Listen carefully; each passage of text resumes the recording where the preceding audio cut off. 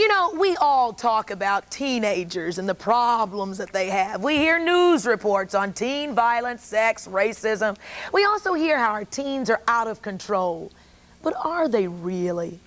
Today, I want you to take a look at this beautiful audience. I have my whole audience filled with teenagers, and we've also surveyed them just to find out what they're thinking about, talking about, what their concerns are. We want to know what they think about, well, what they think about adults, what bugs them, what they'd like us to better understand about them.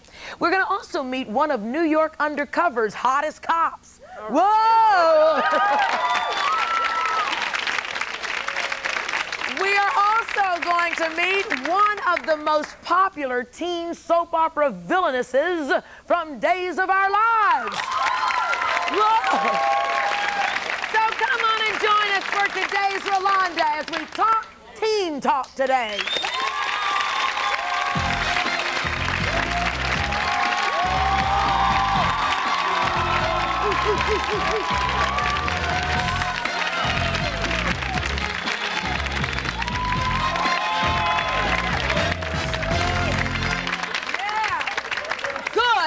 Energy in here. Boy, I wish I could bottle it and have some. You know, so often teens think that, oh, us adults don't listen to them, and they may be right. Today's show, though, is dedicated to teenagers. In fact, here's one guy that teens sure love.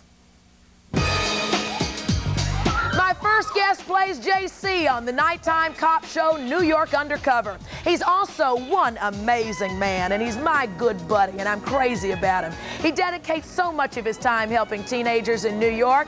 He works with a group called City Kids, and he is a good man. Malik Yoba! Yeah!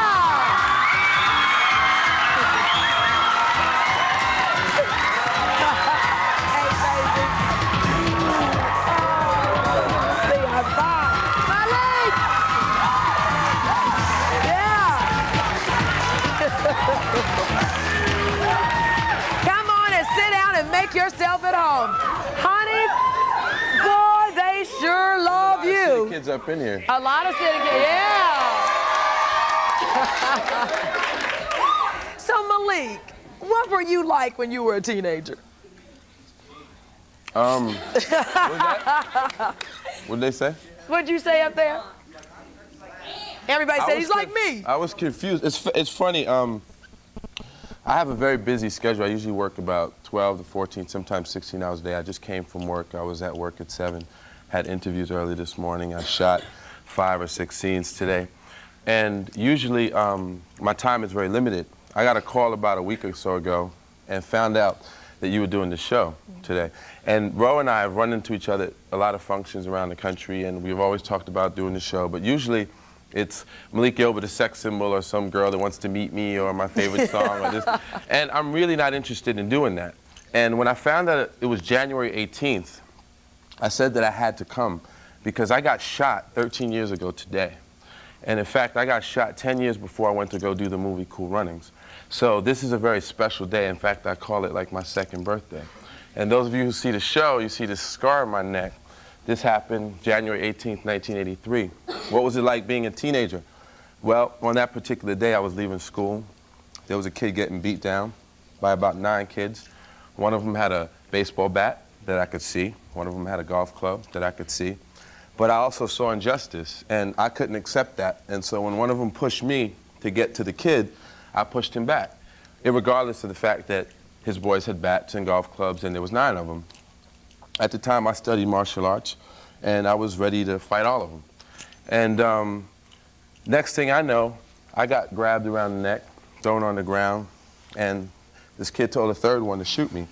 And so there I was on the ground, and this kid's like as close as his brother is right here. And I got up to try to grab him, and he just pulled out a .38 and shot me at point blank range, and it grazed me. And it's true what they say. Everything that you've ever done in your life passes before your eyes at that time. And that's what happened to me. And there was a kid on the corner, and he was like, yo, Malik, you know, there was a hospital, St. Clair's Hospital. And this was right on 50th Street and 8th Avenue. I used to go to Park West High School. That's where I was coming from. And I ran to the hospital. Now, luckily, it was just a graze wound, but it's a 1/4 inch over from being a quadriplegic, which means I'd been paralyzed from my neck down, or a 1/2 inch away from death. Good gracious. And so, how did that change? It had to have affected your life. One of the things I thought about, literally, at the time I was going to Park West High School, but growing up, I grew up without television. That was a deliberate attempt by my parents to have their 6 children become creative thinkers and doers, and they gave us books and crayons and construction paper, and we made things. And it worked. We did plays. But the thing that I thought about, I was like, yo, forget this B-boy junk. I'm going back to theater. And so I went to Julia Richmond Talent Unlimited program. And I went to the Talent Unlimited program, and I started like singing and dancing again. And, you know, I kind of left that alone. And at 17, is when I decided that I really wanted to work with young people. And as a young person myself, right after high school, I graduated from City Ed School. And You represent it all up in here. Represent. But, and I started working with young people as a young person at 17. 2 experiences that I had. Once I was 13 and I was watching the Special Olympics. And I saw all of these young people trying to accomplish amazing things, you know, with all of this, you know, all of this disability. And I was really encouraged, and I wanted to work with young people as early as 13. And then when I was 17, I went to an international World Peace Culture Festival in Waikiki in Hawaii. At the time, I had started studying Buddhism. And there was, you know, 20,000 people from all over the world who were in Hawaii for the sole purpose of peace. And if anybody's ever been to Hawaii or any island, that's beautiful. You know how beautiful just the physical environment is. And you talk about peace, and you were also talking about being shot. And I think a lot of kids, while they have not been shot, can certainly relate to guns. You know, we polled our teenage audience here, and this is what they said. We asked them, how many know a teenager with a gun? And 51% of you here know somebody with a gun. We have polled 100 kids. 65% say they know somebody who was shot. And 7% of you here say that you yourself own a gun. So these are issues that I guess generation to generation are concerned.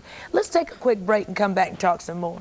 Because when we come back, we're going to find out what our teens are saying about drugs also, what they're saying about sex, and what they're saying about self-esteem. So stick around. We'll be right back in a minute.